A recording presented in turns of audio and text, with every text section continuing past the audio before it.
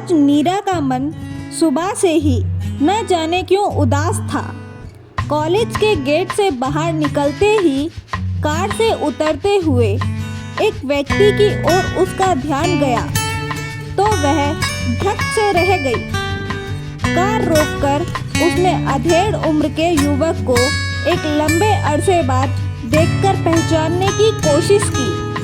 वही पुराना अंदाज, चेक की शर्ट, ग्लासेस से झांकती हुई आंखें कुछ बयान कर रही थी। कहीं ये उसका वहम तो नहीं, ये सोचते हुए उसने अपने मन को तसल्ली देने की कोशिश की। नहीं, यह दीप तो नहीं हो सकता, वह तो कनाडा में है, वह यहाँ कैसे हो सकता है।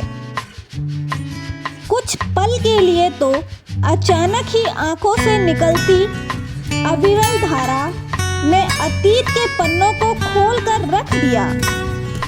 उसने रिवर्स करते हुए कार को वापस कॉलेज की ओर मोड़ा। कार पार्किंग में खड़ी करते ही मिसेस कपूर मिलते ही बोल पड़ी, अरे नीरा, तुम तो आज आंटी को हॉस्पिटल ले जाने वाली थी चेकअप के लिए। सॉरी, डॉक्टर का अपॉइंटमेंट कल का है, मैं भूल गई थी। नीरा, तुम काम का टेंशन आजकल कुछ ज़्यादा ही लेने लगी हो।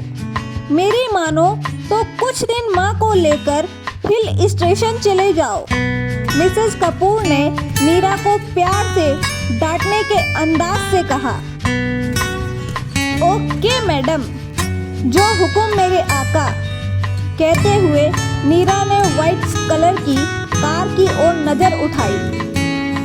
तब तक दीप कॉलेज के गेट के अंदर जा चुका था। यह कपूर मैडम भी बातों बातों में कभी इतना उलझा लेती है। मन ही मन बुदबुदाती नीरा वापस अपने फाइन आर्ट डिपार्टमेंट की ओर चली गई। देखा तो बरामदे में हाथ में फाइल लिए खड़ी लड़की ने हेलो मैडम कहकर हाथ जोड़कर अभिवादन करते हुए उससे कहा, एक्सक्यूज मी, मुझे मैडम नीरा दास से मिलना है। मैं ही नीरा दास हूँ, फाइन आर्ट में एडमिशन लेना है क्या? अरे वाह, सही पकड़ा आपने। पर मैम, आपको कैसे पता चला कि मुझे फाइन आर्ट्स में एडमिशन चाहिए? बातें तो अच्छी कर लेती हो। मेरे पास कोई साइंस या कॉमर्स का तो स्टूडेंट आएगा नहीं। नीरा ने कमरे का ताला खोलते हुए कहा। तभी पीछे पीछे अंदर दीप भी आ गया और बेतकल्लुफ होकर बिना किसी दुआ सलाम कर आकर कुर्सी पर बैठ गया।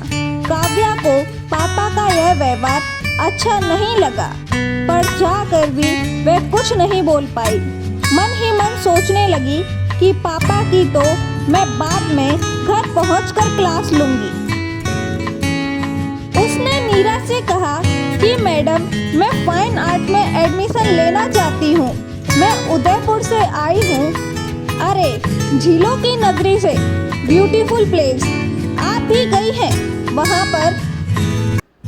हाँ, एक बार कॉलेज टूर पर गई थी। ना चाहते हुए भी अचानक से मुंह से निकल ही गया। अरे वाह, तब तो मैं बहुत लकी हूँ, आपको मेरा शहर पसंद है। मेरे पापा कनाडा में रहते थे, पर अब जयपुर ही आ गए हैं। पर मैं बचपन से ही अपने नाना नानी के पास उदयपुर में रह रही हूँ। काव्या बेटा, अपनी पूरी हिस्ट्री बाद में बता देना, पहले अपना फॉर्म तो फिलअप कर लो। दीप ने अपनी चुप्पी तोड़ते हुए कहा। नीरा ने संभलते हुए कहा, अरे आप बैठिए, मैं फॉर्म लेकर अभी आती हूँ।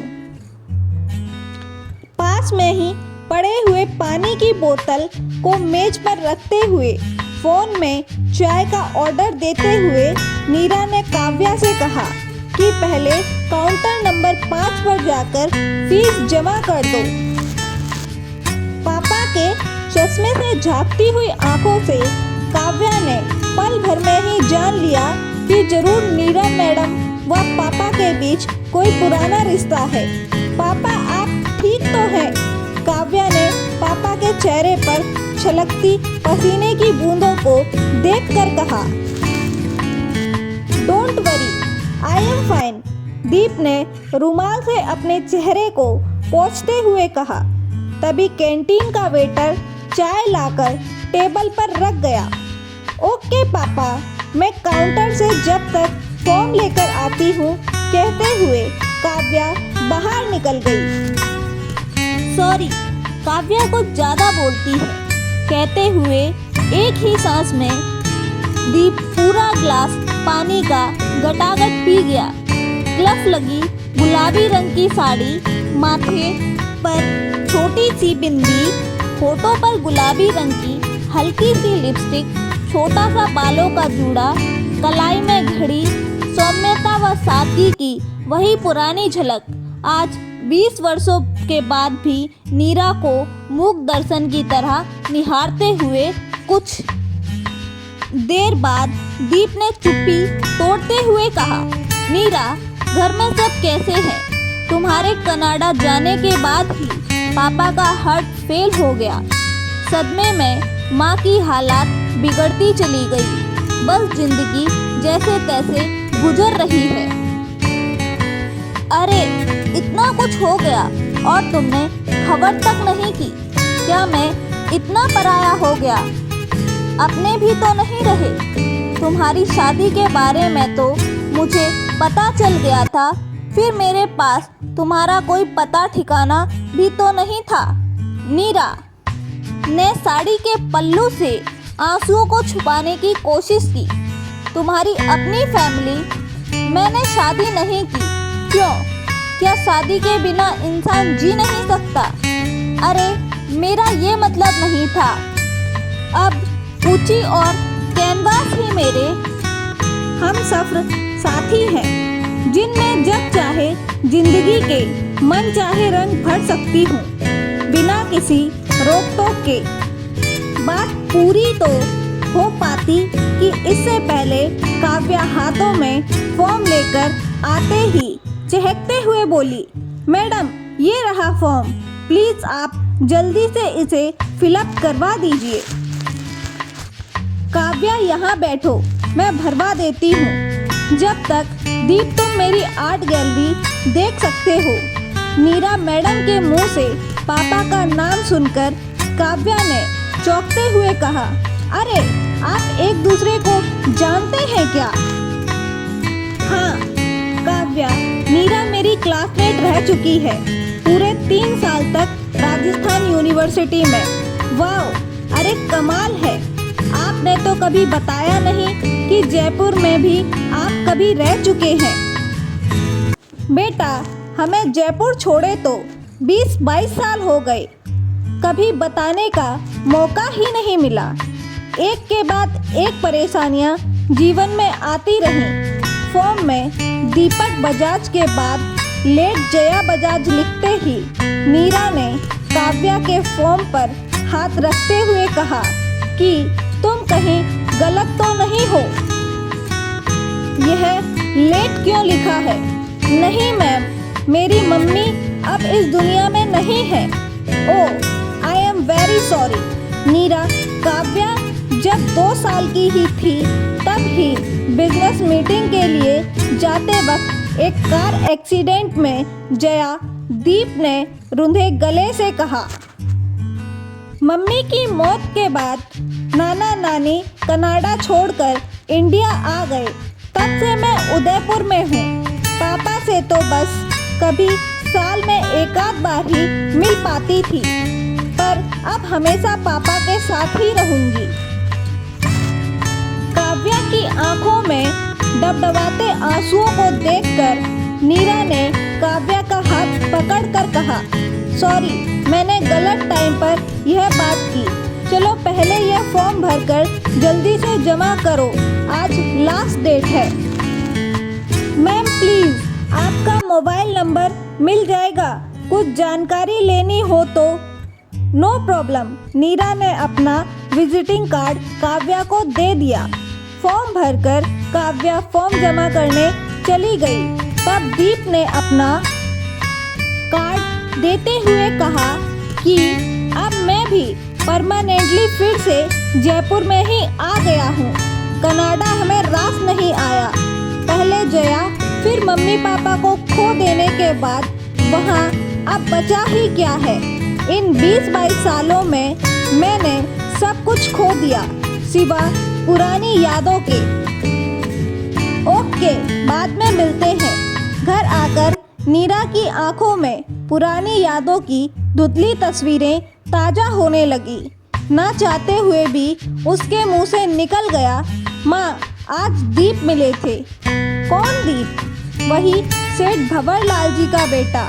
हाँ माँ, अब यहाँ क्या करने आया है? माँ, उसके साथ बहुत बड़ी ट्रेजेडी हो गई। अंकल आंटी भी चल बसे और पत्नी भी। बेटी का एडमिशन कराने आए थे। ऐसे खुदगर्ज इंसान के साथ ऐसा ही होना चाहिए। माँ, ऐसा मत कहो, क्या पता कोई मजबूरी रही हो। बेमन से ही डाइनिंग टेबल पर रखा खाना माँ को परोसते हुए नीरा ने कहा, माँ आप खाना खा लीजिए, मुझे भूख नहीं है। दवा याद से ले लेना। आज मेरे सिर में दर्द है, मैं जल्दी सोने जा रही हूँ। अपने कमरे में जाकर उसने अलमारी से पुराना एल्बम निकाला। ब्लैक एंड वाइट फोटोज का रंग भी उसके जीवन की तरह धुंधला पड़ चुका था।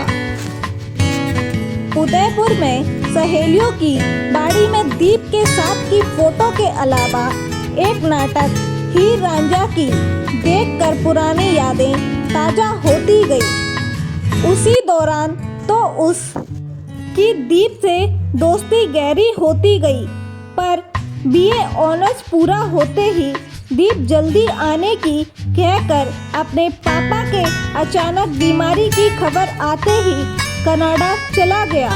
फिर लौटकर ही नहीं आया। हाँ, कुछ दिनों तक कुछ पत्र जरूर आए, पर बात में वह भी बंद। बाद में दोस्तों से पता चला कि उसने किसी बिजनेसमैन की बेटी से शादी कर ली है। वह सोचने लगी उसे तो ऐसे खुदगर्ज इंसान दीप से बात ही नहीं करना चाहिए था, ताकि उसे अपनी गलती का एहसास तो हो।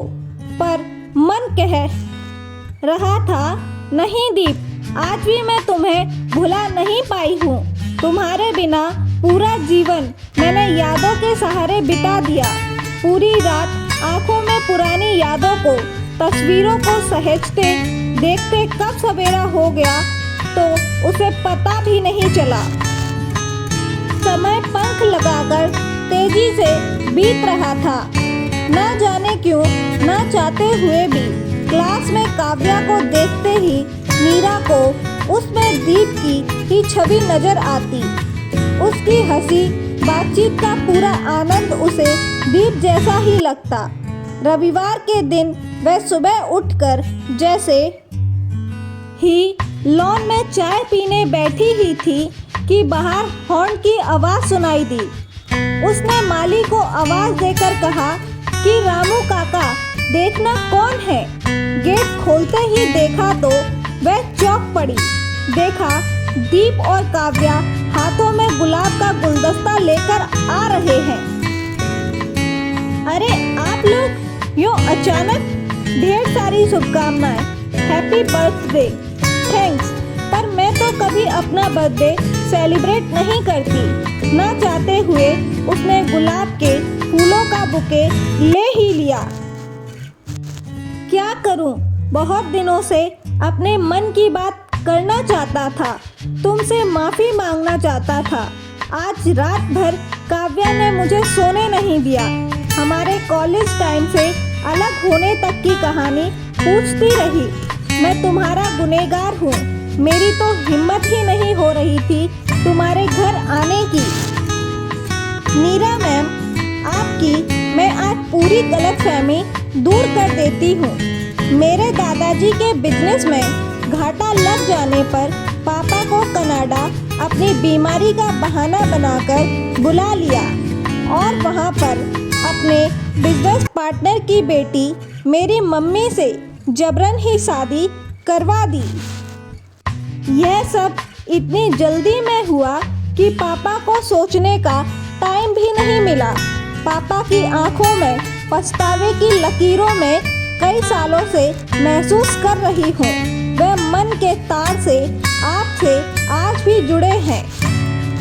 आपसे उनका दर्द का रिश्ता जरूर है। प्लीज़ आप इन्हें माफ़ कर दीजिए। काव्या ने एक नया रिश्ता जोड़ने की गरज से अपनी बात कही। नीरा वहीं बैठी मौन मूक सी आकाश में शून्य को निहारती रही। काव्या व दीप को विदा कर उसने चुपचाप अपनी कार निकाली। यूं अचानक ही दीप व काव्या के आ जाने से उसके जीवन में एक भूचाल सा आ गया था। दूसरे दिन से फिर वह ही रूटीन कॉलेज में क्लासेस, मीटिंग के साथ पेंटिंग प्रदर्शनियों की तैयारी में व्यस्त था। प्रदर्शनी में एक पूरी सीरीज काव्या की पेंटिंग की थी। बेटी बचाओ बेटी पढ़ाओ, नारी सशक्तिकरण व सीनियर सिटीजन थीम पर उसकी उंगलियों में सचमुच का जादू था। काव्या की पेंटिंग के चर्चे पूरे कॉलेज में मशहूर होने लगे। 3 साल पलक झपकते ही कैसे गुजर गए पता ही नहीं चला। इन 3 सालों में मैं, वह और दीप बस मुश्किल से 5 या 6 बार मिले होंगे, पर फोन में अक्सर बात हो जाती थी। फिर वह चाहे काव्या की पढ़ाई को ही लेकर हो। काव्या ने बीए फाइनल ईयर में आर्ट्स में पूरी क्लास में टॉप किया। काव्या ने पार्टी अपने घर में ही रखी। दोस्तों के चले जाने के बाद बातों ही बातों में उसने आखिर अपने मन की बात कह ही दी। नीरा आंटी, लगता है कि अब तक आपने पापा को माफ़ कर दिया होगा। कुछ दिनों बाद मेरी शादी हो जाएगी और पापा तो एकदम अकेले ही रह जाएंगे। मेरे दादाजी की गलतियों की सज़ा पापा ने 20-22 सालों तक भुगत ली। फिर आपने भी तो पूरा जीवन अकेले ही गुजार लिया। जीवन के आखिरी दिनों में, बुढ़ापे में एक दूजे के सहारे की ज़रूरत होती है, चाहे वह एक पति के रूप में हो या एक दोस्त के रूप में हो या फिर साथी के रूप में। अगर मैं इस अधूरी कहानी के पन्नों को पूरा कर सकूं और एक कोरे कैनवास में चंद लकीरें रंगों की भर सकूं, तो मैं समझूंगी कि मेरी एक बेटी होने का मैंने एक अपना कर्तव्य पूरा कर लिया। काव्या की बातें सुनकर चाहकर भी नीरा कुछ बोल नहीं पाई। काव्या की बातों ने उसे सोचने को मजबूर कर दिया। अब तो धीरे धीरे कुछ ही दिनों में काव्या ने नीरा के मन को जीत लिया। नीरा के मन में भी काव्या के प्रति वात्सल्य, अपनेपन, प्यार का बीज प्रस्फुटित हो चुका था। चंचल व निश्चल मन की काव्या की जिद के आगे उसको आखिर झुकना ही पड़ा, अपना फैसला बदलना पड़ा। एक दिन कोर्ट में जाकर सिविल मैरिज करी। फिर एक छोटी सी पार्टी के बाद अब वह मिस नीरा दास से मिसेस नीरा दास बजाज बन गई। बुढ़ापे में नीरा को एक पुरुष के सहारे की जरूरत होती। ना चाहते हुए भी उसे अपनी धारणा बदलनी पड़ी। उसके सूने मन के किसी कोने में एक बेटी की चाहत थी। आज वह भी पूरी हो गई थी। काव्या के रूप में उसे एक प्यारी सी बेटी मिल गई।